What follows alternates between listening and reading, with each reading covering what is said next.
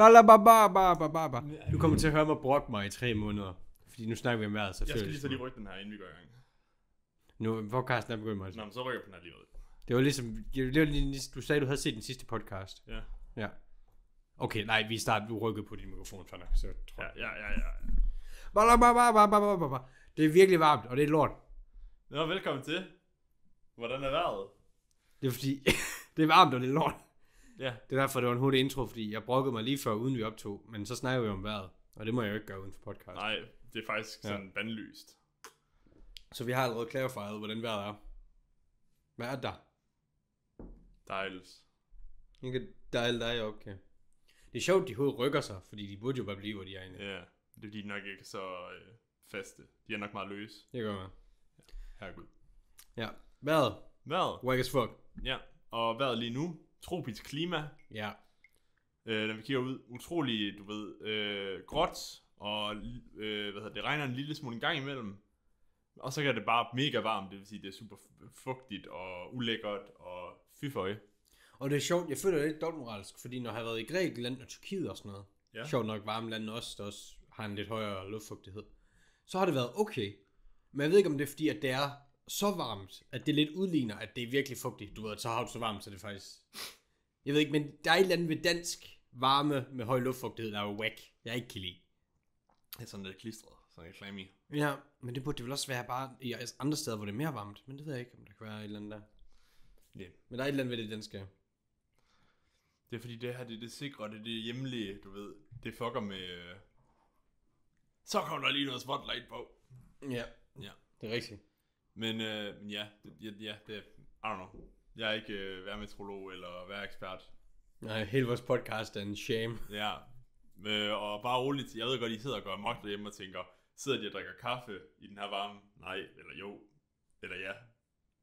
Det gør vi, men det er iskaffe, det er ikke varm kaffe. Det han sagde. So eloquently. Jeg har en modmor. Det er det. Så ja, velkommen til. Skal vi snakke om nogle sjove ting?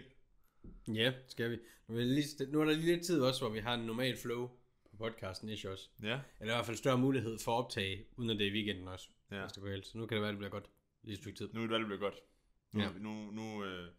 Nu Hitting up. Og så kommer august. August, der skal alt muligt for mig i hvert fald. Jamen altså, jeg begynder jo i praktik, så jeg er lidt afhængig af, at vi har lidt struktur. I hvert fald. Sucks to suck. Fordi jeg har fuld tid.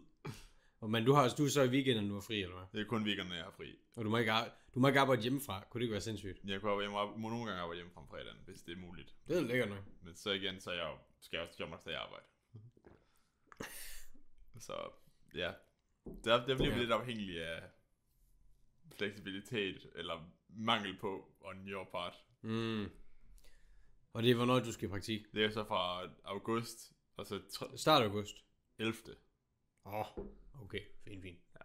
Og så indtil 7. november eller oktober, en af dem to. Ja. Jeg er også, det er jo nyt for mig, jeg har en kalender. Ja. Men det er praktisk nok egentlig. Ja, jeg har prøvet at kopiere dig, fordi du snakker det der Google-kalender, ikke? Ja, den er gået for mig i hvert fald. Ja, så nu er jeg prøvet at begynde, for jeg har heller aldrig brugt kalender. Ja, jeg er nået et punkt nu, hvor det er i hvert fald nødvendigt. Ja, jeg har også begyndt nu, fordi, men jeg synes, det er svært at huske, så jeg prøver at gøre det til en vane, hver gang jeg åbner. Har du ikke på telefonen? Jo, men jeg har også gjort på min Google Chrome. Jeg har også gjort på min Google Chrome, at når jeg åbner den, så, så er der de der faner, som altid åbner. Så der er jeg tilføjet kalenderen som en af dem. Ja. Men jo, for mig er det helt klart bare telefonen, hvor det er bub. Fordi at jeg havde ikke smidt, vi skulle se Grøn Koncert ind. Og det har jeg heller ikke. Og der var jeg sådan, fuck, fordi jeg har sådan 3 events lidt rundt omkring. Det har jeg også egentlig. Det kan faktisk være, det er en god idé. Det kan være, fordi når du det er så problemet med at have en kalender. Når du først har en kalender, så alt uden for kalenderen eksisterer ikke længere. Nej, så du skal have det med. Ja, så ja. Altså, men det vidste jeg ikke, vi skulle, fordi det står ikke i min kalender. Der kan du ikke bare have det i hovedet længere. Ja, fordi så, du afgiver ligesom den der mental load der. Ja. Jeg tror, det er lidt positivt for os, at vi begynder at være lidt mere, nu siger jeg, at være lidt mere voksne også på en kalender. Ja, det er bare, det skulle ske på et tidspunkt. Så. Herregud. Herregud. Ja, det vil ikke. Det er jo okay at have en kalender. Der er jo ikke noget galt i det, tror jeg. Nej, selvfølgelig ikke. Det er kun positivt, men det er bare fordi, vi er sådan nogle... Ja, det er fint nok. Jamen, jeg skal også sige, altså det er vel ikke så meget en aldersting, mere bare, at jeg ikke har haft så travlt. Jeg chiller bare det meste af mit liv. Så det er ikke noget nødvendigt. Ja, og så, du ved, jamen sådan... Det er også bøvlet at holde op med sin kalender og sådan noget, du ved. Det er nemmere at vide. Jeg fik en Facebook-event. To be fair, jeg er jo vokset op med, at mine forældre selvfølgelig bruger en kalender. Ja, en fysisk kalender. Fordi det er jo det, man har gjort gennem tidernes morgen, ikke? Og det har altid bare syntes, at fucking væk.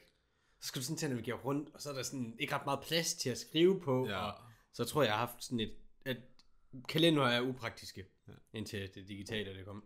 En ting, jeg til gengæld har kopieret, og fortsat vil komme til at kopiere, det er sådan sedler, post-its. Det er fordi, så min mor, hun udover hun har en fysisk kalender, som hun skriver i, så har hun også en masse sådan post-its. Så er det sådan, du ved, vi skal op og besøge Martin, husk at tage det her med, så laver hun post-it omkring det, og så lægger den. Eller sådan, jeg skal have gjort haven ren i weekenden, post-it. Jeg har bare 1 giga post-it note på min telefon. Ja. Så du ved, altså det kommer til at tage 10 minutter, hvis du bare går... Og du rydder aldrig op i den. Hvad siger du? Eller du rydder ikke op i den. Nej, du ved, det gamle, det bliver bare langsomt skubbet ned jo. Altså selv når du har gjort tingene, så står det der stadig. Ja, men det er også bare sådan tanker og ting, jeg skal huske bare lige et eller andet i momentet. No. Så jeg tror, jeg kan gå 5-6 år tilbage, hvis jeg scroller helt ned i bunden. Holy shit. Så det er nærmest en... lille dagbog. Ja, en journaldagbog. Ja. Altså, jeg skal selvfølgelig ikke sige noget. Jeg laver også sådan noget journal, men jeg laver videojournal. Ja. Og det gør jeg hver 6. måned. Så jeg har altid sådan 6 måneders statusopdatering. Altså bare sådan på dine goals og sådan bare noget. Goals life in general. Jeg har aldrig forstået dem, der sådan som note, du ved, snakker ind i deres telefon. Dikterer. Ja, dikterer. Fordi det må jo være svært, hvis du snakker i 30 minutter, og der er en specifik ting, du skal finde. Det må jo være en mother trucker at finde det. Det er sjovt, at jeg dikterer også. Ja. Jeg har det nogle gange. Okay, har du nogensinde brugt det? Du har dikteret. Jamen, jeg bruger det nogle gange sådan, du ved, nu bliver det lidt følelsesmæssigt. Nu bliver det sådan lidt, nu bliver det sådan lidt personligt. Hvad skulle du sige? Jeg er også til at bruge forkert over. Okay. Men så er jeg for eksempel mega ked af det på et tidspunkt, eller sådan, du ved, frustreret over et eller andet, eller sådan, bare sådan, usikker omkring et eller andet. Så nogle gange så hjælper det bare sådan, du ved, at lufte og vente, du ved, og sætte ord på. Ja. Og så gør jeg det nogle gange ved, at du ved, så har jeg min voice memos på telefonen, så dikterer jeg det bare. Fair. Men mit argument var jo, altså det er jo ikke noget, du går tilbage til at gå ud fra, hvor du skal finde en specifik ting. Nej, ikke fordi jeg går tilbage at finde en specifik ting, men jeg gør det, hvis jeg sådan, du ved, hver gang jeg laver en ny en, så går jeg altid tilbage og hører den gamle. Fordi så, du ved, så har jeg det at holde op imod. Ligesom når jeg laver videojournaler, når der er 6 måneders mellemrum. Det er selvfølgelig fandme. Så ser jeg altid den gamle, før jeg laver den nye. Fordi så kan jeg reflektere over, okay, jeg var sygt stresset for 6 måneder siden, fordi jeg har lige lavet en ny en. Jeg var sygt stresset for 6 måneder siden, nu har jeg lige lavet en ny en, og jeg har det bare meget bedre bare med at chill. Så sådan, damn, bro var så stressed, men det gik jo fint nok alligevel. Det gik. Ja. Medical breakthroughs. Medicinale gennembrud, hvad siger du? Men der kommer klogere til at finde en kur til HIV. Det er jo bare godt. Ja, og du ved ikke, om du kan huske dine biologi-lessons, fordi vi har lært om det her i folkeskolen, er jeg ret sikker på. Men du ved, HIV er jo nederen, fordi den gemmer sig i dine celler og sådan noget halløj. Så dit immunforsvar kan ikke rigtig spotte den. Man har så fundet en måde at force virusen ud af dine celler på. Okay. Så dit immunforsvar sådan lidt nemmere kan finde dem. Så, altså det er jo ikke en kur, men det er en vej til en kur. Det er sådan, det gør det i hvert fald nemmere sådan at identificere måske. Det er det. Det er også bare, du ved, sådan nogle sexsygdomme, det er også bare efter, jeg har ikke haft nogen samtaler med nogen, der har det. Men efter hvad man bare sådan hører, når man læser sådan noget, så er der jo nok, eller er der for nogen sådan, nu skal jeg passe på, hvad jeg siger, for jeg skal ikke finde, men nu, hvordan forklarer det her rigtigt? Der er nogen, der føler, at man har den her sygdom, at det bliver lidt negativt set. Ja, selvfølgelig. Ja. Det føler jeg ikke, du kan finde nogen ved. Men du ved, men andet, hvis du siger, du har, du kan ikke lave den her sammenligning, hvis du har et eller andet, en allergi eller kræft eller sådan noget. Ja. Det er bare en sygdom. Det er som om, der er noget mere, der er flere værdier i sexsygdomme. Ja, det tror jeg også. Ja. Det tror jeg 100%. Også fordi, jeg tror også nok, det hænger også nok meget sammen med, at allergi og andre sygdomme, det er ikke smitbart, det er sexsygdom jo. Ja, det er rigtigt. Så du ved, det er jo noget, du skal have i mente, hvis du vælger at sige, jeg vil gerne have dig som partner, på trods af, du ved. Ja, når man lige skal være opspørget. Ja, så det er jo ret essentielt. Ja, så det kunne det sikkert gøre noget. At, Ja, det er super godt. Kæmpe W. Kæmpe W. Medicinindustrien. Lad os håbe, det ikke bliver priced til sådan en billion for medicin. Ja. Det er selvfølgelig den. Det er sådan en farlig kombo at blande kapitalisme og medicin. Menneskelig sundhed og velvære med penge.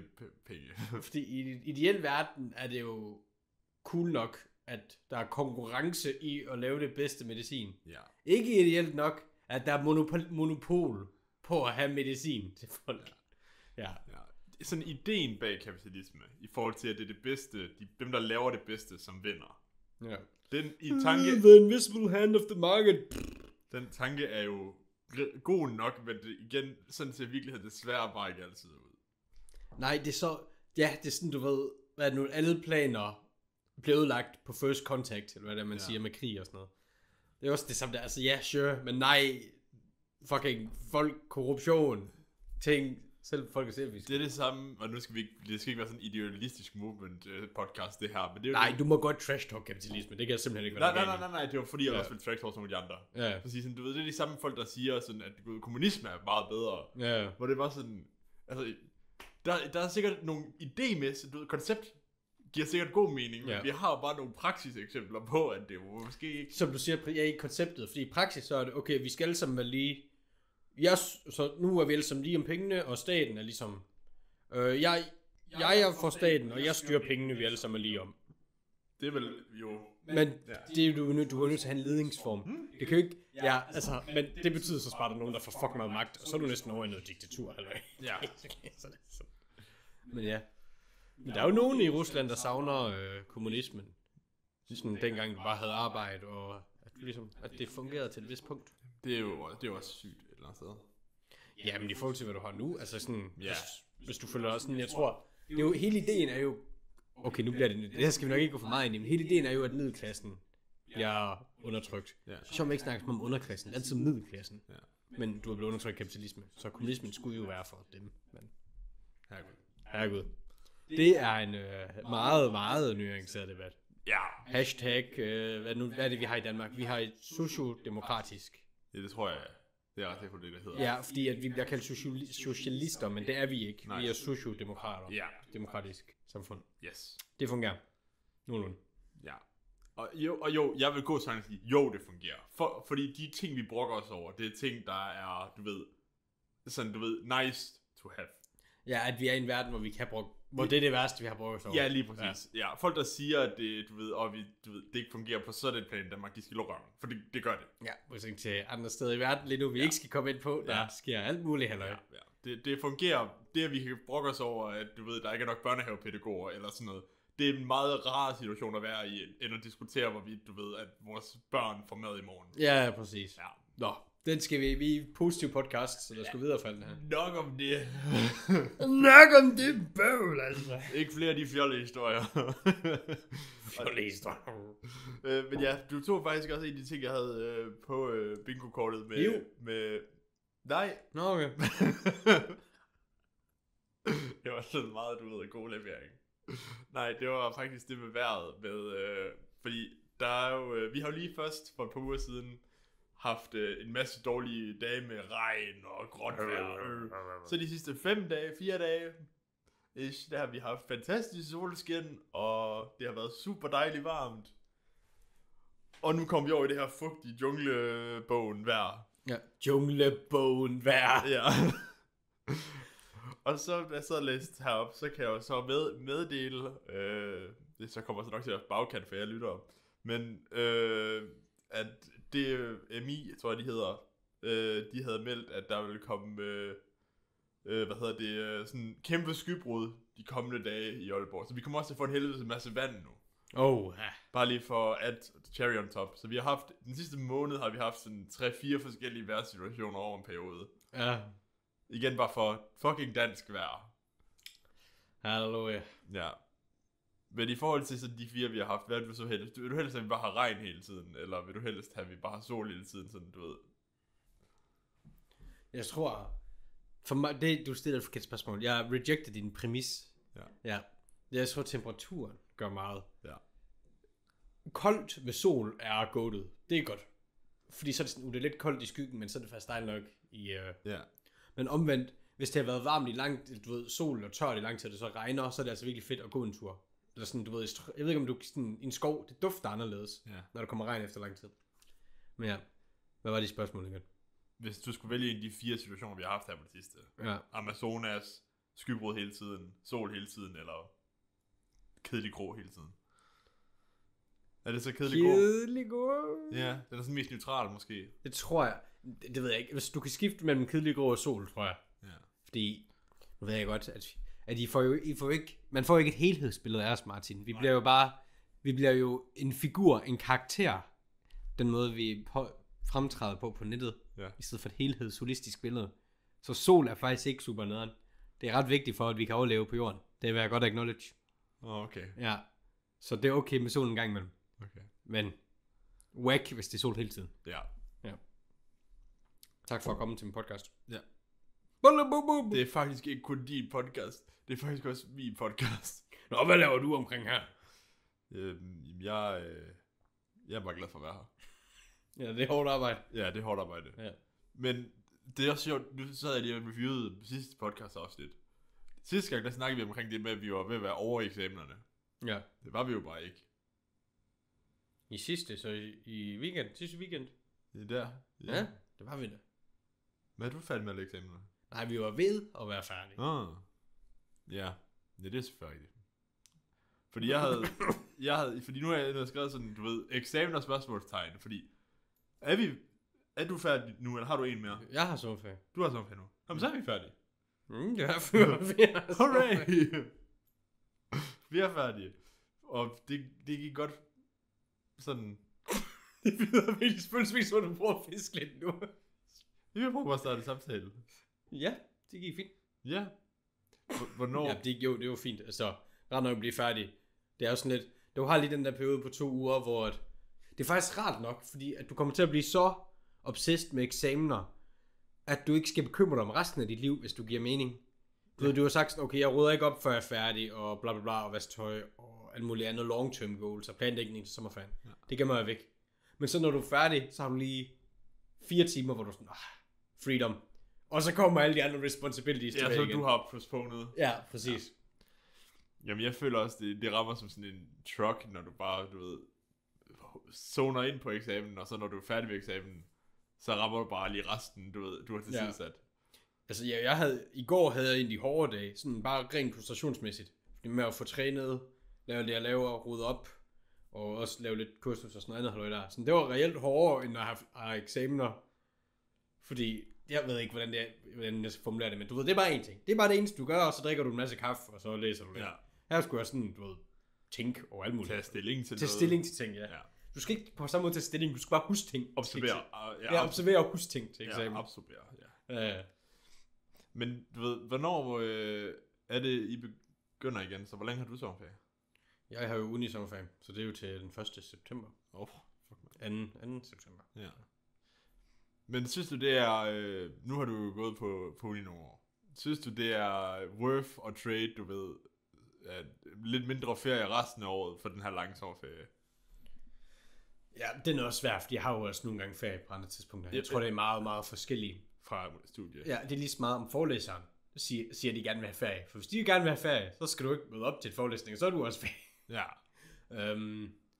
Jo, altså, jeg er fan af argumentet af, at man skal have mindre sommerferie, og så bare få spredt dem ud over hele året, de 3 måneder der. Ja. Men jeg kan godt forstå, hvorfor. Det er jo fordi andre folk, der ikke er så privilegerede som os, har 3 måneder til at 2,5 måneder. Du kan godt have eksamener i juni. Til at arbejde og betale din husleje. Ja. Så det er jo nok nødt til at være, som det er, tror jeg. Jeg har altid været sådan lidt, det er faktisk det er ret fedt, fordi, og der bliver vi nok lidt uenige. Men jeg synes, at det er fedt, at det ligger der, hvor det ligger, fordi du ved, det ligger omkring sommermånederne. Så vi får du udnytter, at det er en god periode. Ja, at du ved, vi kan være udenfor, vi kan grille, vi kan, du ved, opleve sommeren, gode vibes, good times. Så du hellere bare hustle om vinteren, fordi... Ja. Ja. Det er jo også en helt fucking mindset-ting, det der med, du ved, at hustle i... Vinterark. Ja, winterark, you know. Meanwhile, så er der håb, at der er sådan, nu er det endelig koldt. Nu er det endelig koldt. Driving home for Christmas. Ej, jeg går igennem den samme periode med alle... Okay, ikke med efterår. Efterår, det er goated. Og det er forår også, indtil forår bliver for varmt. Men med sommer og vinter, der er det sådan... Hvad siger vi? De første 3 uger, der er det sådan... der er sol. Bier som rundt. Det er dejligt varmt. Så med vinter, nu er der sne, det er smukt med snelandskab, og det er koldt. Det er dejligt, det er koldt lidt også. Det er crisp. Luften er crisp. Og så bliver det sådan... Okay. Nu har vi prøvet det. Kan vi ikke lige... Ja, det er sådan, du ved, det er ligesom, hvis du tager ud og spiser buffet hver dag. Det er sådan, du ja, præcis. Så nu vil jeg gerne bare have en rugbrødsmad. Kan jeg bare få en rugbrødsmad? Ja. Det er sjovt, at vi er super privilegerede, at vi har 4 årstider. Det er altså ikke alle steder i verden, der er rigtigt af det. Der er mange steder, du har varmt og mindre varmt. Ja, jeg kan huske, at jeg var sådan vokset op og hørt om nogen, sådan man gik i klasse med, der så skulle man høre omkring, de havde været i Australien og fejre jul, eller Hawaii og fejre jul, og det er faktisk, vi havde været nødt til at have sådan en fake juletræ, for der var ikke juletræer, og det var bare mega varmt, og så var vi ude at bade på juleaften. Ja, for det føles sådan ulovligt, at varmt til jul. Ja. Så det kan du ikke gøre. Nej. Så må du, det ved ikke, æde en masse is. Ja. Men det må du heller ikke gøre til jul. Det ved jeg ikke, fuck, socks to sock. Jeg har egentlig også lidt sådan spørgsmålstegn ved folkeskole-tingen. Ja. Hvorfor var det, at du ved, når der var nogen, der gjorde noget sejt, sådan, jeg kan huske tilbage på den skole, vi gik på, folkeskolen, at der var en pige, som havde været på en jordomrejse. Ja. Og så skulle hele fucking skolen til en eller anden morgensamling sidde og høre omkring hende lave en powerpoint omkring, hun havde været ude og rejse jorden rundt. Det ved jeg ikke, der er vel noget værdi i det, tror du ikke? Sådan... Du må se, mange penge vores familie har, fuck you. Nå, du ser på det sådan en flex. Det er jo ikke nødvendigvis dyrt at rejse jorden rundt, tror jeg. Jeg tror godt, du kan gøre det. Jamen, du kan gøre det relativt billigt. Ja. Jeg sad i forberedelse til det her læst om et unge par, der havde taget et år fri, efter at have hostlet, og så kører de til Malaysia i en bil, de havde bygget om. Ja, fucking. Jeg ved ikke, om det er fordi, at jeg som person, måske noget, jeg godt kan forbedres, men at jeg er lidt paranoid, eller sådan, du ved, anxious. Ja. Så til at tanken om, at bare lave en jordrejse, og sådan bare køre en bil. Hvad hvis bilen går i stykker, og hvad hvis nogen mokker dig, hvad hvis alt muligt, ikke? Hvad gør man så? Men det kan være, det ikke er så slemt. Jamen, det er vel også det samme, som hvis du flyver til Malaysia, og tager på ferie i Malaysia, og du så får stjålet din pungetelefon, mens du var der. Ja, men du ved, det, og så, at du er en bil, op på en bjergkæde, og bilen går i stykker, eller et eller andet. Det er sådan, Ja. Det ved jeg ikke. Ja. Herregud. Herregud. Men jo, altså, ja, og jeg ved dem det par, der havde valgt at gøre det, de havde sat et budget på 44.000 hver for et år. Ja. Så det har jo været 88.000. Crazy. Ja. Hvad var det, vi skal tilbage igen? Det var jul. Så var det, at det var varmt om jul. Det var tilbage til vinterarken. Jo, og så er der mig, der er sådan... Ja. Mit vinterark er om sommeren. Dit vinterark om sommeren. Sådan, det er bare, jeg elsker bare ideen, at andre sådan, fuck, det er deprimerende. Grind. Og jeg er sådan, det er fandme, nu er det endelig koldt. Ja, chiller bare, mens andre er sådan, fuck. Ja, jeg skal logge ind. Det skal blive sådan en god sommer. Det skal blive sådan en god sommer. Ja. Jeg skal grinder. Ja. Jeg tror også, nu kommer det til at være den første sådan jul, eller vinter, hvor jeg også er begyndt at gå i fitness, og begynder at tænke lidt mere over, hvad jeg spiser. No. Så jeg glæder mig til at opleve, hvordan jeg kommer til at være i konflikt med mig selv omkring det. Jeg har altid bare sagt, games off i december. Ja, det er off-season. Der må du æde så meget du vil. Ja. Og så plejer min akne normalt at sige til mig, så nu skal du basse ned igen, ven. Ja, og så siger du, undskyld, det er mit fejl. Ja. Og så gør man det igen. Og det er jo det, altså sådan, der er masser af ting, jeg godt kan. Det er mest, hvis det er masser af julefrokoster med rugbrød og sådan noget. Ja. Ironisk nok, rugbrød, der er den farlige ting at spise, er alt til jul, men... Ja, det er lidt bagvendt. Men jeg tror også, efter jul, så tror jeg også lidt, man er sådan, okay, jeg har fået nok fed mad. Jeg kunne godt mærke, at sidste år havde jeg ramt et kap med sild, karrysild. Så okay, nu har jeg altså fået nok. Jeg har lige været karrysild i Karnegaj. Okay, det er så, okay, nu synes jeg så lige, nu tror du lige, du har en ally, det skal du ikke. Skal du lige gå væk igen. Ja. Karrysild, det er goated. Nej, det er ikke lige mig. Var du dansk, eller må jeg se dit pas? Det må du gerne. Jeg har lige fået lavet nyt et, jo. Kan ikke lige sild. Ja. Men jo, jeg har det på samme måde, bare med sådan en flæskesteg. Med flæskesteg? Ja. Jeg tror for mig, så flæskesteg er lidt glansende, lidt faldet af, siden jeg blev voksen. Fordi da jeg var lille, så var det sådan, okay, flæskesteg, det er lidt dyre og fancy. Det er når der sker noget sygt. Ja. Men nu er jeg blevet voksen, så er det jo bare koteletter. Det er vitterligt bare koteletter. Ja, og du kan få bedre koteletter ved at købe andre. Ja, så det er jo ikke, det er ikke flæskesteg i sig selv, det er den gode sovs, du kan lave af den, du smider på. Ja. Flæskesteg, det er bare... Og flæskesvær. Det er rigtigt, flæskesvær også lavet. Ja. Vidste du, det er også lidt noget sjovt, jeg tænkte over, at der har været... Jeg så en video for lang tid siden med argumentet med, at når du bliver kulturel nok, så begynder kultur at smelte sammen, og det føles lidt, du bliver sådan lidt nihilistisk, fordi du ser det samme mange steder. Ja. Og det er en ting med, at for eksempel i Mexico, der gør de det meget med, du ved, svinehud, altså sådan crispy, halløj. Ja. Og det synes jeg er lidt sjovt. Det gør vi også i Danmark, helt på en anden, du ved, separat evolution. Ja. Æder vi også, du ved, sådan noget crispy. Ja. Grisefedt. Og sådan mexikansk og dansk kultur er jo mega langt fra hinanden. Ja. Og du når det samme sted hen. Det er lidt sjovt. Ja, ret interessant, ja. Men der tror du ikke også, der på et eller andet tidspunkt er noget, ikke at du ved, der er, at den her ene person tog til Mexico, den her ene mexikaner tog til Danmark, men du ved, der på et eller andet tidspunkt er nogle crossovers, eller noget, hvor man introducerer hinanden til noget, og så spreder det sig. Det kan godt være, ja. Det er jo også interessant nok, det her med globalisering. Altså, vi er mere globale nogensinde før. Ender det med at blive sådan, at kultur var lidt smeltet lidt sammen? Er det danske sprog, for eksempel, lige så stille, dør væk? Det er faktisk utroligt sjovt, at sige det. Ved du hvorfor? Fordi vi har haft den her, det triggerede lige sådan en minde. Vi har haft den her debat her på podcasten, hvor vi snakker omkring det der med, om sprog ender med at blive ens. Men. Fordi det ser du jo med nogle steder, sådan, der er jo sådan en gammel irsk. Sådan en netregeneration kan godt, for eksempel. Ja. Og det er også, det er fedt at kunne, jeg glemmer, hvad det hedder. Det er ikke keltisk. Jo, det kan godt være, det er keltisk, eller et eller andet. Ja. Så det er ret baller at kunne, sådan lidt ligesom latin, eller et eller andet. Ja. Men det er jo ikke rigtig, useful, eller sådan. Det er mest for sådan, din arv og kultur og sådan. Ja. Men ja. Det ville sgu være ærgerligt at miste det danske sprog, fordi der er ekstremt mange... Det er bare et humoristisk sprog. Du ved, hvis du oversætter engelske ting til dansk, så bliver det automatisk sjovt i mange tilfælde. Ja. Au, for delen da. Ja. Hey makker, nu slapper du lige af. Ja. Men igen, jeg føler også bare, at du ved, nu så vi jo også det der med den danske ordbog, som begynder at tage engelske fraser ind i, ind, at mere at sprog ændrer sig jo nok bare til at stadigvæk være sin egen ting, men på, ja. Men ja, hvad var sådan noget med som latin, og nu glemmer jeg, hvad du kaldte det. Jeg tror keltisk, men jeg er ikke sikker. Lad os bare gå med keltisk. Ja. Keltisk og latin, de her sprog. Altså udover at de har en historisk og kulturel værdi, hvad er igen, du ved, funktionen er, at vi bibeholder det? Jeg tror du skal kunne alt latin, fordi det er lægevidenskab, og navne på din krop, det er på latin. Okay. Men det kan også være, at det ændrer sig, for det virker også lidt... I gammeldags at gøre. Ja. Men jeg burde virkelig, det er sådan, jeg ville have tænkt, jeg tror snart, jeg skal tage det seriøst og begynde at lære sprog. Ja. Jeg vil elske at kunne snakke latin til folk, der ikke kan latin. Så bare have intens øjenkontakt med en random person, og så bare, og så gå igen. Og så tror du lige har spawnet en dæmon eller et eller andet. Ja. Jeg har det på samme måde. Jeg vil bare utrolig gerne lære sådan japansk. Ja. Hvor jeg også sådan hvert år putter det over. Der er en pige i min omgangskreds, som lige er begyndt at lære at snakke, jeg ved, det bare hedder Thai, eller sådan, hvad de snakker i Thailand. Ja. Så det er også bare sådan... Ja, er det... Ja, Thai, er det Thai? Jeg kan ikke huske, hvad det hedder. Det er et godt spørgsmål. Thailandsk. Jamen, jeg kan ikke huske, hvad det hedder, men i hvert fald... Ja. Fordi at hun havde... Hun havde noget familie der, som stadig bor i Thailand. Så det var ret cool. Ja.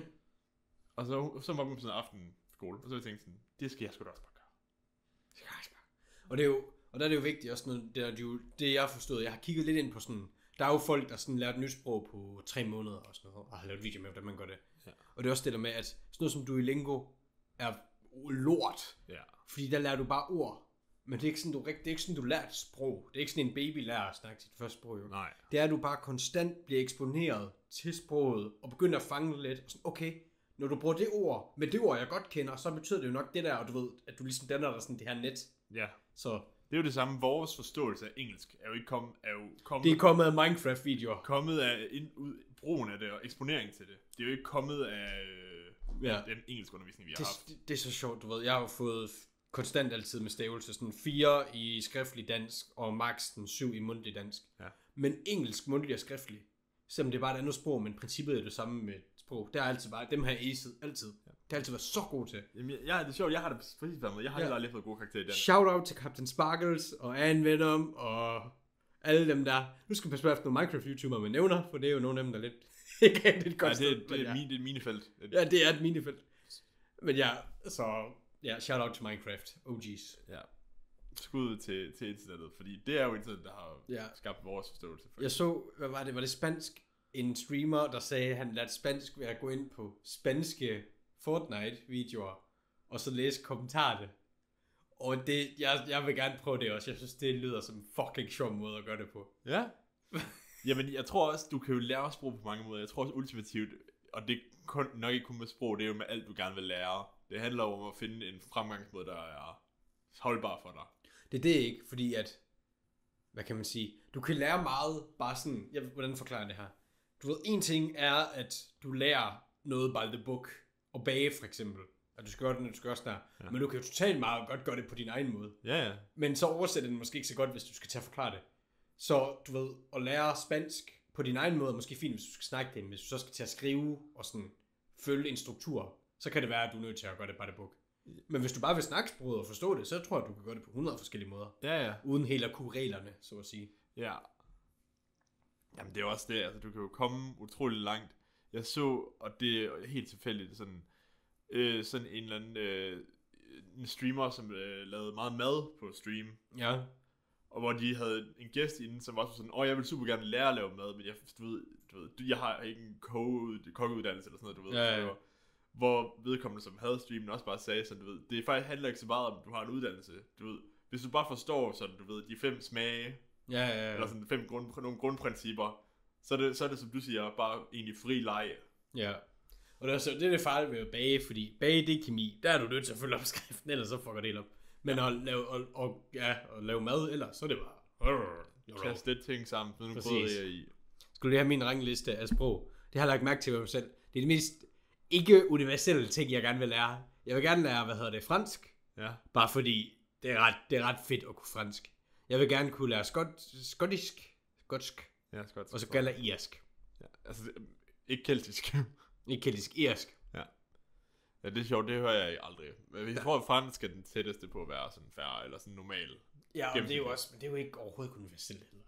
Du skal jo lære spansk og tysk og kinesisk. Ja, spansk. Men da Mandarin hedder det. Mandarin. Jeg ved ikke, om det går så stærkt det, men det er jo det, de snakker i Kina, så vidt jeg forstår. Ja. Mandarin. Ja, jeg er ret sikker på, at vi havde det her for nylig, hvor vi kom frem til, at det var spansk, kinesisk og engelsk, der var de 3 mest snakkede sprog i verden. Ja, det der med, om det var lokalt, eller... Ja. Der var lidt forskel på, om det var nu bruger jeg ordet indfældt, altså at det er dit modersmål, eller om det er tillært. Ja. Vi er virkelig gode til at bare snakke ud af en tangenter i dag. Det er fordi, vi starter tidligere. Ja, så har vi mere energi. Præcis. Du skal ikke lave den, det var det, jeg skulle til at sige, og så... Det var dig, der gjorde det var ikke mig. Det var dig, der forlod den op. Jeg snakkede. Jeg er bare... Ja, præcis det der, du gør. Du gør. Du sætter... Du er et menneske til samfundet, Martin. Nå, vil du have en historie? Nej. Skal jeg tage en mere? Ja. Okay. Jamen, vi skal snakke omkring plastik i Australien. Ja. Det er fordi, at der er sådan et fænomen med, at i Australien, der døjer de utrolig meget med plastik på alle kysterne. Men igennem initiativ nu, så har man faktisk fået nedbragt det med 33%. Okay, bare ved at indfange det eller noget. Ja, og gøre sådan opmærksom på det, og sådan prøve at sådan synliggøre sådan, smid skrald her i stedet for. De specificerede ikke i hvert fald nogle initiativer, men det var sådan en række, som du ved, tiltag over tid, som skulle forbedre det. Og det har det så tydeligvis gjort. Så det er jo lækkert. Det er jo bare lækkert. Australien er totalt sidetangent, for det du siger. Ja. Men Australien er virkelig et spændende land, fordi at, nu er det selvfølgelig universelt, og jeg ved godt, at jeg nok tager fejl til et vist punkt, men heller ikke helt. Stort set, Australiens befolkning ligger omkring kysten. Hele, alt andet, altså største areal, det er jo ren ørken og sådan varm. Det er bare et interessant koncept for et kontinent, synes jeg. Ja. Sådan at hele, og det er jo et problem med befolkningsvæksten, for de kommer til at mangle areal. Det er jo så meget kyst. Ja. Det her, det er også bare vild sådan teori, jeg kører med her. Kunne man se en verden, hvor sådan middelgrunden der i Australien kunne være sådan under? Ja, at man så bygger hus under jorden. Det kan godt fungere, men det kan også være super dystopisk, tror jeg. Ja. Så må du skulle gøre et eller andet med, at du i hvert fald har en masse vinduer op til, så der kommer sol ned. Så du ikke bliver fucking sindssyg. Ja. Men jo, altså du kunne udnytte det på den måde. Ja, fordi det må vel være... Fordi hvis det er sådan ikke muligt at bo på overfladen. Ja, i hvert fald varmt. I hvert fald varmt, ja. Og man så kan udnytte den varme ved solceller eller et eller andet form for energikonvertering. Ja. Så kan man jo... Ja, det kunne man godt, hvis du så har masser af strøm derigennem. Ja. Igen, jeg har ingen idé om, det kunne lade sig gøre, om man vil gøre det, men det er bare sådan, du ved, arealudnyttelsen. Men du kan jo blive tvunget til det til et vist punkt. Ellers så skal det være noget med, at vi laver nogle materialer, der er ekstremt varmeafvisende. Ja, jeg ved ikke, om det er ordet, men jo isolerende i hvert fald. Ja. Men det er også svært, fordi hvis noget er varmeafvisende, så hvis det bliver varmt i din lejlighed, så har du ikke nogen måde at få det ud på. Nej. Så kan du selvfølgelig bare have et aircondition system. Ja. Igen, en meget nuanceret debat. Ikke mere det. Skal jeg bare... Du køber. Får du flere? Jamen altså, tilbage til Danmark. En ting vi faktisk ikke har snakket om endnu. Skulle man næsten tro, vi har dækket hele spektrummet af emner, man kan snakke om, men det har vi ikke. Sådan, i Danmark, der mangler vi mangler bloddonorer. Ja. Særligt unge, og særligt mænd. Ja. Har vi ikke snakket om det før? Det ved jeg ikke, om vi har. Det går, vi har. Det ringer i hvert fald en klok for mig. Og det er fint, du kommer. Men ja, i år, der kommer vi til at mangle 33.000 bloddonorer. Så det var bare sådan lidt crazy. Og det er jo sundt nok at få tappet dit blod også. Ja. Efter hvad jeg har hørt. Ja. Få noget nyt ind. Ja, jamen altså, igen. Jeg tror ikke, det er sæddonorer, vi har snakket om før, så. Det kan godt være, tror jeg. Ja. Men jo, der skal jo være en anden monetær grund til, at folk gider gøre det. Hvad med en humanitær grund? Det er jo ikke nok, ellers så ville der jo ikke være et behov. Ja, altså det ved jeg ikke, fordi i interviewsene, der var det meget, det kan selvfølgelig være igen, det er jo ikke repræsentativt, at de ikke har interviewet flere, men altså, dem de interviewede er unge mennesker og mænd, og de sagde også noget med, at det har man ikke lige tænkt over, eller det har man ikke lige tid til. Ja, sådan, det er bare inconvenient. Ja. Jeg tror, det kommer til at lyde nederen, men så må du så give en anden form for dispensation.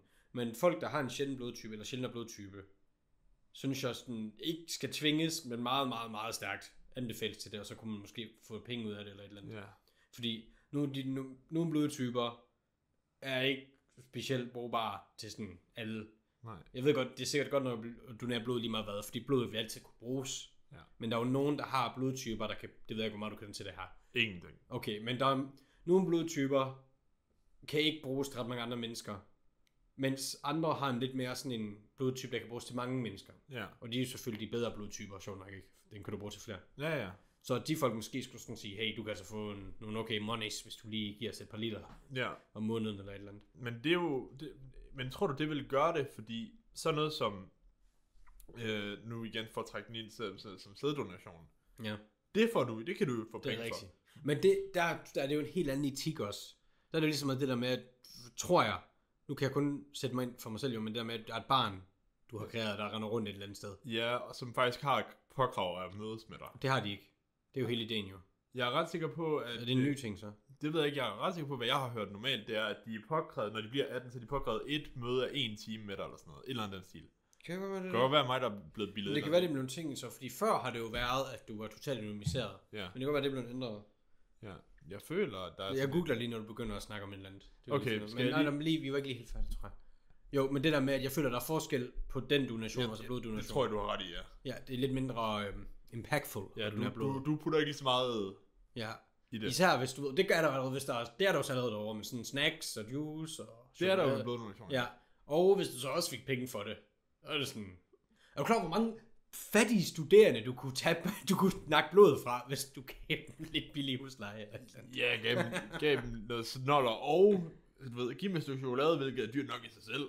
Ja, for det er lige for det, måske. Den er allerede der, soft, giv dem chokolade. Ja. Ja. Nå, men altså, jeg forestiller mig, så kan du lige kigge på det mens. Ja.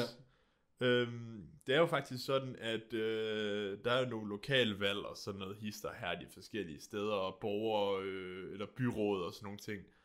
Og folk stiller jo også op til det. Det er jo ikke kun det store valg. Og så er der nogle politikere, der nogle gange laver nogle lidt sjove ting. Og det ender med at skabe noget omtale. Og det der så er sket i Herning, at der er en politiker, som har valgt at bruge lidt alternative metoder for at bringe sig selv frem. Det skal siges, at den her politiker, det er en mand. Jeg har selvfølgelig ikke valgt at tage hans navn med, det må I selv google jer frem til. Men den her politiker, han er 35. Han er forlovet. Jeg kan ikke huske, om han havde børn. Men måden han har valgt at sige, nu vil jeg i kontakt med følgerne, ud og have fat i følgerne, og få kommenteret nogle folk til at stemme, det er Tinder. Ja. Ja. Og det er fordi nu det er for alle vores lyttere, der ikke har video. Så laver jeg lyden til den, som mit ansigt er lige nu. Ja. Og det er faktisk ikke engang første gang, det her fænomen det finder sted. Der var en kvinde, der brød det af i 2022 også. Og den virker nok mere effektivt, hvis det er en kvinde, der gør det. Ja. Og det var lidt sjovt. TV2 havde historien omkring det her. Og den udgav de 5. juni. Dagen efter, der lavede TV2 Cosmopol den samme historie. Forskellen på de to artikler, det er i TV2, den store artikel, som kom den første dag, der står der bare noget omkring, at ham her, den 35 politiker i Herning, han gør det her. Og så er de en forsker med en, som siger, at det kan faktisk godt være, at der er noget legitimt i at gøre det. Og så snakker omkring et eller andet med, hvorfor. I artiklen Cosmopol lavede dagen efter, der havde de en del af interviewet med ham her, den 35-årige mand med, som ikke var i den originale artikel, hvor han virkelig udtalt, ja, det er ikke gået så godt. Når folk finder ud af, at jeg ikke vil noget seriøst, og bare spørger ind til deres politiske ting, så unmatcher de med ham. Ja, funny how that works. Ja, funny how that works. Yeah. Jeg tror ikke, det er bedre, hvis du er kvinde, der gør det. Fordi mænd er så thirsty, så de vil stadigvæk. Jo, det vil der nok være nogen. Ja. Og så tænker jeg, hvis jeg nu bare entertainer samtalen, så kan det være... Ja, præcis. Ja. Sådan en false hope. Ja, præcis. Det er også lidt cruel på en eller anden måde. Ja. Men han sagde så også i interviewet, ham her politikeren, at nu havde han fået det her interview med TV2 og fået bragt historien, så det er jo så set også publicity i sig selv. Så. Ja. Men så kan man jo selvfølgelig argumentere for, om det er god publicity, at du som forlovet vælger at bruge Tinder som måden at promovere din valgkampagne. Du skal i hvert fald aftale det godt med din forlovede. Ja, det føles bare lidt mærkeligt. Det er nemlig, det er bare lidt mærkeligt. Og så er der selvfølgelig den der alle omtale og god omtale. Ja. Det vil jeg jo argumentere for, at det ikke er, men igen, det er selvfølgelig... Men igen, vi har bare nogle use cases, som peger på det modsatte. Ja, jeg ved ikke. Som ham, manden i Det Hvide Hus. Jeg føler, ja, okay. Men det er jo også, der er jo også noget andet i. Det er jo bare, at han har en vis retorik og karisma og sådan noget, der med i det. Sensations ting. End bare at gøre, du ved, altså du skal også have en eller anden form for personlighed, der spiller det igennem. Men jeg tror bare, på en eller anden måde, jo, der er jo sikkert nogen, kan også godt tage det med, nu ved jeg ikke, om der er nogen, vi ikke må bruge på sådan noget, men du ved, dude, der nok på grunden til, at 2. verdenskrig startede, var jo også ret karismatisk jo. Ja. Så der er jo klart nogle use cases. Ja. Men jeg tror tit, så føler jeg lidt, at det er sådan, du snyder lidt. Du ved, du kommer igennem glasset, du bliver kendt, men det er sådan short term. Jeg tror ikke, det er sådan, du ved, sustainable long term. Nej. Men det kan godt være, at jeg tager fejl. Altså. Jeg ved ikke. Det er den svære, I guess. Jeg tror personligt vil jeg ikke gøre det. Det skader jo også dine relationer. Din personlige relation, dit personliv. Der er jo faktisk også mange, der laver videodokumentarer og videoessays lige nu omkring fænomenet i forhold til viralitet. Ja. Hvor det her med, at hvor langt er du villig til at gå for dit virale moment på streaming, på YouTube, på TikTok. Og hvad du vil til at ofre på vejen dertil. Hvor der er nogle cases lige nu, hvor det er så ekstremt, nogle af de længder, man vil gå til. Ja. For at få sit moment in the spotlight. Og det er også bare sad. Altså jo, jeg forstår godt, du går viral, det er der din YouTube-kanal måske kigger igennem, og så får du lige 50.000 subscribers, og så kan du lave en karriere ud af det. I det argument, fair nok. Men du vil gå så langt for, hvad der essentially bare er folks meninger om dig, ikke? Jo. Det er slet damn, that's kind of sad. Ja. Det er jo alt det, jeg ved ikke, altså, vi har haft det her med Kai Cenat, som er den store streamer på Twitch, som har lavet det her Streamer University. Hvorfor er det, han er populær? Altså, han virker flink nok, men hvad skiller ham ud fra alle mulige andre streamere? Altså, det er jo, jeg tror bare, det er, du ved... Kreativitet, eller bare sådan... Jeg tror bare, det var, du ved, han capitalized på nogle trends, lidt tidligere end andre gjorde, og så... Så ja, altså jeg tror, han blev stor under TikTok og shortform og clips. Det her med shortform. Det tror jeg, han var rigtig hurtig til at dem der farme den del. I de forskellige niches der først lavede TikToks og shorts. Og så tror jeg, hans netværk, der hedder AMP, som var sådan hans vennegruppe, hans sideman-agtig. At de på tværs af med at skabe clips med, at du ved, de har det hver deres værelser, så er der nogen, der går ind og laver noget ravage på det ene værelse, får klip, du ved, så går det responsen, du ved, så, du ved, cirkulær. Men ja, jeg ved det ikke, jeg har ikke set nok af deres ting til at vide det, men det er min sådan, forståelse af det. Men min pointe er, Kai Cenat, den her kæmpe store streamer, lavede jo det her, der hedder Streamer University, hvor de havde, til man ikke ved det, taget 20 up-and-coming creators, sat dem ind på et universitet, som de havde lejet, et helt universitetsbygning. Og så var det ligesom om, at de gik på universitetet, men deres uddannelse var streaming. Og så havde de taget nogle kendte content creators ind til at være underviserne. Der var jo også vitterligt folk, som blev smidt ud af det her projekt dag 1, fordi nogle af de ting, de gjorde, det var så, du ved, fuckede deres værelser op, ødelagde værelserne. Ja, for at gå viralt. Gå viralt, og oh my god, jeg blev smidt ud af universitetet, du ved. Så det var med vilje faktisk for... Ja, for at skabe en reaktion. Og du ved, Kai, som havde organiseret det, blev så sur, og du ved, frustreret over det. Ja, fordi du giver jo folk en chance, du giver på det. Ja, og så var der jo også folk, som var separate fra projektet, som sned ind, livestreamede derinde, mens de har sned ind, du ved, for... Ja, så igen, masser af eksempler der med, hvor langt er folk villige til at gå for... Det er det. Ja. Tror du også, det du snakker om, det kan man også se med alle mulige, sådan Yogscast havde jo også lidt, den er lidt mere uskyldig, føler jeg, men de havde jo også sådan en office-bygning. Men ja, du kan også tage side med. Sådan folk, der bor sådan en gamerhus, hvor du bor sammen, ikke? Og du laver clips af det. Hvad tror du, det gør ved din hjerne, at bare det, du ved, når vi har en sjov reaktion, eller bare sådan en banter, at det altid skal klippes. Du ved, alle interaktioner. Hver gang der er et eller andet, der gør det værd, at vi to er venner, at det skal capitalizes. Tror du ikke? Ja, det må det have. Jeg ved det ikke. Jeg tror faktisk, at det kan godt være rigtig skidt. Ja. Men jeg tror også, det kommer rigtig meget ned til, at vores forståelse af, lad os sige, PewDiePie for eksempel. Han har jo venner i industrien, men han har jo også venner uden for industrien.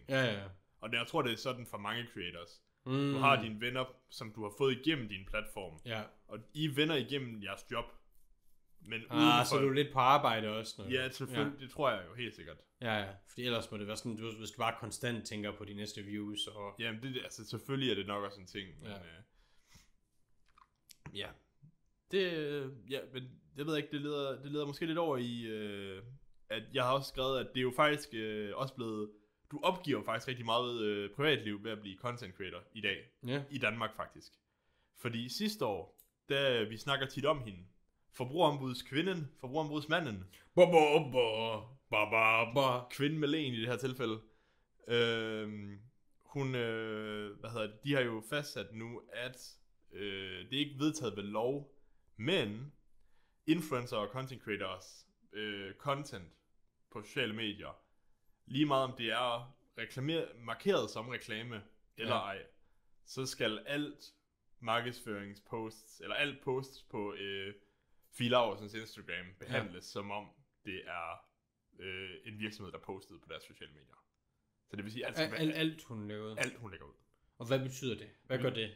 Det betyder, hvis hun laver en post omkring, hun er ude at drikke en kop kaffe, og man kan se, hvad for en kaffe det er, så skal hun ikke markere det som reklame, fordi hun ikke er sponsoreret. Nej. Men hvis der så kommer en eller anden lovgivningsmæssig kampolage, eller en eller anden sag. En, der siger, hey, vi vil ikke på din... Ja, eller en eller anden form for sag. Ja. Så kan det billede bruges som materiale. Fordi at hun ikke har haft lov til at... Nej, bare fordi, fordi hendes Instagram-profil, den bliver betragtet som om det er en virksomhed. Ja. Så det vil sige, hvis hun lægger noget, hun kan, altså, selv hvis hun lægger noget personligt ud, som hun ikke har en intention om skal være for hendes brand, eller for hendes ting, det bliver stadig behandlet som... Nå, man kan det ikke, hvis der sker noget, så... Ja, jeg tror, jeg har brug for et eksempel, det forstår jeg ikke. Altså, vil det ikke gøre det alligevel? Hvis du gør noget lovligt, så kigger de jo på alt. Jo. Ting, der kan inkriminere dig. Min pointe er, hvis hun laver en privat Instagram-profil, men alle stadig kan følge den, så ender den jo med at få fucking mange følgere. Ja. Så bliver den anset som en del af hendes virksomhed, en del af hendes profil, en del af hendes brand. Ja. Det vil sige, nu har du egentlig mistet muligheden for at være en privat person på sociale medier, hvis du er influencer. Men hvordan ændrer det adfærd for hende?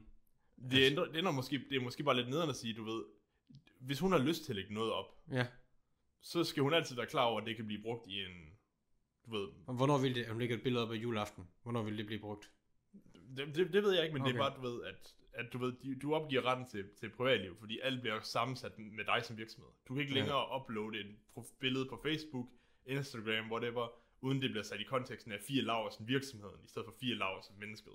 Ja, men det ved jeg ikke. Det er i mit hoved, det er sådan lidt no shit, synes jeg. Men det ved jeg ikke, om det... Altså, der er jo utrolig mange content creators i Danmark, der gik sammen om at skrive brev til Forbrugerombudsmanden, da det var op sidste år, fordi at de var så utilfredse med det. Men sådan, selvfølgelig vil dit ansigt jo blive associeret med dit brand, når du er influencer. Ja. Ja, den forstår jeg ikke, tror jeg. Nej. Ikke på sådan, jeg er uenig. Jeg forstår ikke, hvad problemet er, tror jeg. Ja. Men det ved jeg ikke. Men altså, ja, men det var jo også fordi, til at starte med det her blev fremsat, der var det jo sådan, at alt form for product placement, om det var bevidst eller ej, skulle labels som reklame. Ja, den er selvfølgelig heller ikke. Igen, det tager jeg også lidt tilbage til det. Men ja. Ja. Herregud. Ja, lidt. Okay, jeg kan vel godt lidt se det, at hvis vi laver det her, at min LinkedIn-profil så også bliver set. Ja. Som, det kan du godt se er lidt irriterende, siden det er lidt en anden intention med det jo. Ja. Så jeg guess, det giver mening. Ja, og det er jo det, som mange er utilfredse med, det er, at din intention er fuldstændig ligegyldig nu. Ja. Du kan mene, hvad du vil, men din holdning er ligegyldig. Ja. Fordi det bliver bare sammensat med dit brand. Damn. Ja. Ja. Og det er jo så fordi, at influencers har den magt, de har, så derfor har man vurderet, at sådan skal det være, fordi at du har en markedsføringsmæssig værdi, fordi du er den her person. Ja, jeg ved ikke, jeg synes også, at influencers skal holdes... Lige nu føles det lidt som det vilde vesten, hvor en masse børn, der sådan, ikke har fået en ordentlig... Der ikke er grounded nok, på grund af, at de vokser op med at være famous. Fucking bare går crazy, fordi de ikke er helt stabile som individer. Ja. Hvor jeg føler også, der skal være et eller andet... Sådan, du har altså en indflydelse på samfundet, så du skal også holde til ansvar. Ja. Jamen, jeg tvivler også, at nogle af de her hyperpopulære streamers er et farligt eksempel at sætte. Ja. Fordi de er sådan en niche for sig selv. Det er det. Ja, jeg kan sgu ikke... Jeg kan godt forestille mig at være streamer. Det kunne være fedt nok at gøre en gang egentlig. Men du ved, det der med, at du skal være uber relevant, du skal streame 9 timer om dagen, det lyder forfærdeligt. Det er jo vitterligt din yndlingshobbyer, der bliver lavet om til et arbejde. Ja. Og jeg tror godt, du stadigvæk kan være fedt, hvis det er sådan 1 time, du ved, hver anden dag, eller 2-3 timer hver anden dag. Men det er jo ikke igen holdbart. Nej, ikke hvis det er det, du lever af, ikke at du har en YouTube-kanal ved siden af dig. Ja. Men hvis du vitterligt er en streamer, der streamer. Ja. En streamer, der streamer. Ja. Som streamer. Ja. Det lyder som tortur, du ved. Sidde i en stol i 12 timer og bare læse en masse kommentarer, hvor 80 eller sådan 50% af dem enten er brain rot eller sådan negative kommentarer, rage bait. Jeg tror også, det der er så farligt ved content creation, det er, at det vi alle sammen ser, det er nummer 0,00001% toppen af poppen creators. Ja. iShow, Speed, KSI, Logan Paul, Kai Cenat, Mr. Beast. Ja. De her yber, som du ved, toppen af poppen milliardærer, som sidder på toppen. Og det er det, vi alle sammen jagter, eller sådan idealiserer. Ja. Men der er jo utrolig mange, der har YouTube som en sidehobby, og tjener en lille smule penge på det, hvor det bare er et passionsprojekt. Ja, det er det. Ligesom, eller også lever af det, men har et normalt liv ved siden af, fordi viewerbasen er meget mindre. Og det er nok også meget sundere. Det tror jeg også. Ja. Der er jo folk, der får der har måske 50.000 subs, hvilket også er meget, og har en funktionel community der. Det tror jeg tror også, det er fint, når det når et vist punkt, ikke? Det når jo et punkt, hvad var det ikke med Sidemen, da de var i Norge? Det der, hvor de bare blev fucking omringet og næsten flokt af folk, fordi de har der er jo nogle lande, hvor de har svært ved at rejse det, fordi at de ikke kan gå. Ja, jeg ved KSI's bodyguard, som han har haft ansat i 7 år, og det er jo en person, der nærmest lever sammen med ham, fordi han er nødt til at være der 24/7. Det lyder fucking nederen, at skulle have en bodyguard på hele tiden, ja. Ja, det er jo... Det er en trade, I guess. Trade-off. Ja. Ja. Jeg kommer også til at tænke på et tidspunkt. Det er sådan sjovt, at igen, fordi vi er sådan en globaliseret samfund nu. Før var det bare, at sådan... Okay, du er kendt i din landsby for at være ham, der er crazy med lutten, eller der kan synge, eller sådan lidt. Ja. Men nu er det sådan... Hvis du er kendt nu, så er det jo sådan universelt. Ja. Du ved, og det er jo... Det er sådan en gang 1 milliard af, hvad det var for 100 år siden, eller ikke, ikke? Jeg føler også, det er lidt det der... jeg føler igennem sit eget liv, du ved. Måske lidt mere end 100 år siden, ja. Du møder en masse folk. Lad os sige, at du ved, da jeg var yngre, så var jeg hver sommer på sommerkursus. Og der gik 200-300 på det her sommerkursus. Fordi jeg så dem hver sommer og så til noget gensyn, så lærte jeg jo mange af dem at kende per navn. Men jeg føler også, jeg har hørt det der tit med, du ved, din hjerne kan kun memorere x antal personer ved navn. Jeg tror det er 300 eller 500 eller et eller andet. At dit hjerne kan bare ikke, du ved, huske flere navne og associere med ansigter og sådan noget. Og i takt med, at vi lever i en globaliseret verden, så føler jeg bare, at vi presser virkelig den citron rigtig meget. Fordi at der er så mange folk, vi perifært og parasocialt begynder at kende. Allegedly. Der er min løsning. Det er jo problem. Folk kan virkelig nemt huske mig og mit navn. Ja. Fordi HP, I guess, det er jo lidt unikt i forhold til Martin.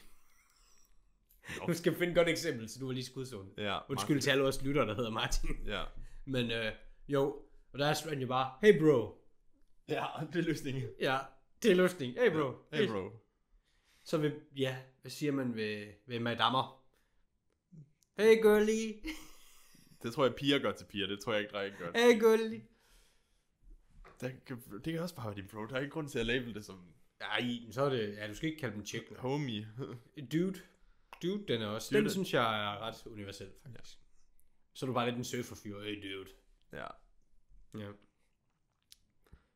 Men, altså jeg har lidt flere ting, men jeg føler, vi har snakket så meget om så meget andet. Er vi ikke ved at være i mål? Er vi det? Det ved jeg ikke. Nu må vi jo ikke kigge på tiden. Jo. Så nu, vi skal også videre. Ja. Så vi kan godt sende lidt off. Vi kan lige tage den sidste lille kort her, dansk på, som faktisk er ikke et sindssygt kæmpe emne, som vi har diskuteret. Køkultur. Der er jo lige kommet den nye Switch 2 ud. Og der var en gut, som rigtig godt kunne lide Switch. Og han valgte simpelthen at ligge i kø i 19 timer for at være den første, der skulle købe en Switch. Fuck, man. Men hvad synes du om det der med et fænomen med, at folk de ligger i kø i flere timer, dage nogle gange for et eller andet? Okay, jeg synes, det er også, okay, den er svær. Sådan noget med, du ved, var det ikke Yeezys, de hedder de der sko, der var virkelig populære? Jo, nogle af dem, jeg forstår godt, der er noget med at have ekstremt lille supply, og have et ekstremt høj demand, og det er sådan, dit brain fungerer. I get that. Ja. Men det samme med PlayStation 5, hvor det var, fordi de havde svært ved at få produceret nok. Ja. I mange tilfælde, så forstår jeg ikke helt, hvorfor. Altså, lav mere, når der er så stor demand for solgt ud. Jeg ved godt, nogle specifikke mærker bare, at det er exclusive. Men i nogen, jeg vil sige, i flere tilfælde er det ikke det. Så er det lidt, bro, bare lav nok, hvad så? Nu kommer marketing, mand. Nu kommer marketing. Marketing daddy. Nej. Marketing daddy. Ja, det er jo fordi, lad os sige, at H&M er super eksklusiv, og de sælger virkelig low supply, men der er høj demand. Så kan de måske sælge 10 trøjer til 10.000 kroner stykket. Hvis de så valgte i stedet for at producere 100 trøjer, så fordi det er blevet mere normaliseret, og det er mere tilgængeligt, så er der færre folk, som er villige til at betale 10.000 for det. Så det vil sige, at den samlede mængde penge, du kan tjene, og der er ikke nogen, der betaler 10.000, for de måske kunne betale 500 kroner for det. Så du på den måde, så kan du øge din omtjening ved at sælge tingene dyrere, og så producere mindre, hvis det giver mening. Ja. Men jeg er enig med dig. Altså, man fucking socks to sock, og skal sidde overnat på gaden. Ja. Og det ved jeg ikke, og hvis du mente spørgsmålet til, hvad jeg synes om de individer, så har jeg, du ved, totalt neutral. Altså, hvis det er noget, du virkelig brænder for, så er det fair nok, hvis der er noget, du virkelig... Lidt ærgerligt, at vi er nået et punkt, hvor du skal suffe i 7 timer på asfalten, men det er jo sådan, det er. Ja, altså, igen, det er måske også bare så lidt... Kunne man ikke lave et eller andet, hvor det var sådan online, ligesom det er med drops, hvor så, du ved, socks, du nåede ikke lige ind i den, i stedet for, at du fysisk skal møde op for at suffer. Men det ved jeg ikke. Jo, men jeg tror også, det var fordi, det var en fysisk butik. Det var ved noget, der hed Nintendo-pusheren i København. Det er et voldsomt ord, Nintendo-pusher. Ja. Ikke sponsoreret. Nej, ikke sponsoreret. Nej. Men please, vi vil gerne have en ny Switch 2. Jeg har ikke brugt min Switch 1 ret meget. Nej, den har mange spil. Som jeg købte for et par år siden, fordi det var nyt og spændende. Og jeg har slet ikke fået brugt nok til at justify det. Men jeg kigger på Mario Kart World, og sådan, det er et fucking vanvittigt spil. Holy shit, det er godt. Men, og det er sjovt. Okay, kontroversielt take her. Jeg ved godt, det ikke er lige så slemt. Så please lad mig klippe det ud af kontekst. Men er der ikke lidt FIFA over det?